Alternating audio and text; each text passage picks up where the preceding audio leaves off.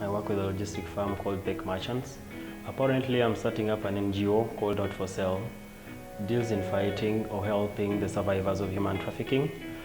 And at the same time, I help the youth under the Amda Youth Forum to look out their abilities and try to enforce them other than sitting home.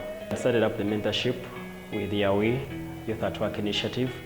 I've been dealing with Prosi. She has helped me a lot towards public speaking, communication skills, and leadership.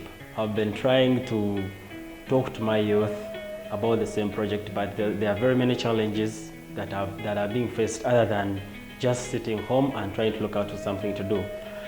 Now, towards the next week, we are completing the registration of the NGO that is going to take away from Uganda to Rwanda, Tanzania, Kenya, and spread all over Africa. My target is to help these youth that we have to make sure that this ideology of wanting everything done or going out, waking up in the morning, want to go in an office and sit and wait for salaries to come, or wait when you're called upon for an interview, being changed. Because we need to look up our potentials and talents. Many of us have a lot that we have to do that we can manage, but we fail to get directions on helping us to move forward. With few years to come, I'm seeing this being achieved. Because of the youth I've talked to, apparently, I'm seeing they're positive and ready to comply with what I'm telling them. And with this, I know if the government comes in, especially this youth empowering section, if it comes in and gets the youth involved in a lot of leadership and helping them acquire those loans they normally promise, I know with that we'll achieve a lot. But now with the vice of human trafficking, it's growing, and the main target is the youth, because they're the ones that are very desperate to do work. If we get these people into know, they can be able to avoid such tendencies.